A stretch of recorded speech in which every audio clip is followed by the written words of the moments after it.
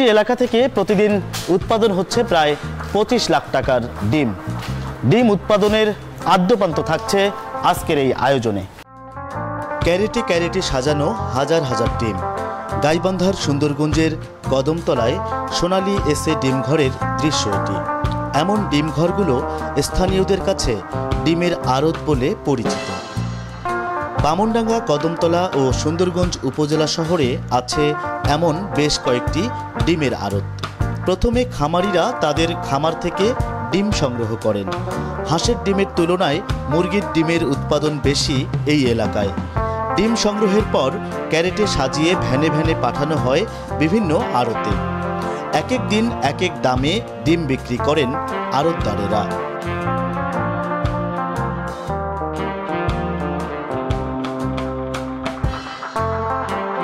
আর এসব আড়তে ডিম কিনতে আসেন নওগাঁ, বগুড়া, সান্তাহার, দিনাজপুর সহ বিভিন্ন এলাকার বড় বড় ব্যবসায়ীরা।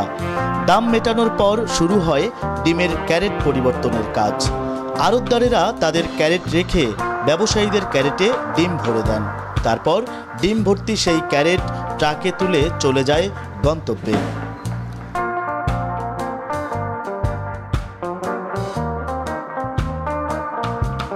ট্রেনেও যাত্রা করে এখানকার ডিম। পাইকার ও আড়তদারেরা সান্তাহারের ব্যবসায়ীদের কাছে ডিম পাঠান ট্রেনে। বিকেল হলেই ভ্যানে ভ্যানে ডিমের ক্যারেট আসতে থাকে বামনডাঙ্গা রেল স্টেশনে। ট্রেন আসার সাথে সাথে শুরু হয় কুলি মজুরদের দৌড়ঝাঁপ।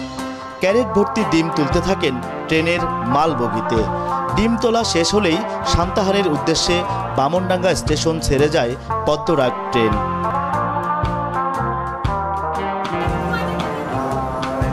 বামনডাঙ্গা সুন্দরগঞ্জ সড়কের বটতলা থেকে কদমতলা পর্যন্ত রাস্তার দুধারে চোখে পড়ে এমন অনেক মুরগির খামার।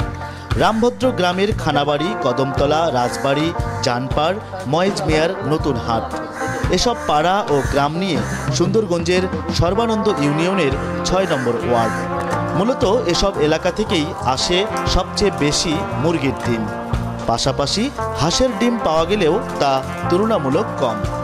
সর্বানন্দ ইউনিয়ন থেকে মুরগির খামারের উৎপত্তি হলেও পরবর্তীতে সুন্দরগঞ্জের বাকি 14 ইউনিয়ন ও একটি পৌরসভায় ছড়িয়ে পড়ে মুরগির খামার। সব মিলে এ উপজেলায় প্রতিদিন উৎপাদন হয় প্রায় 2.5 লাখ ডিম।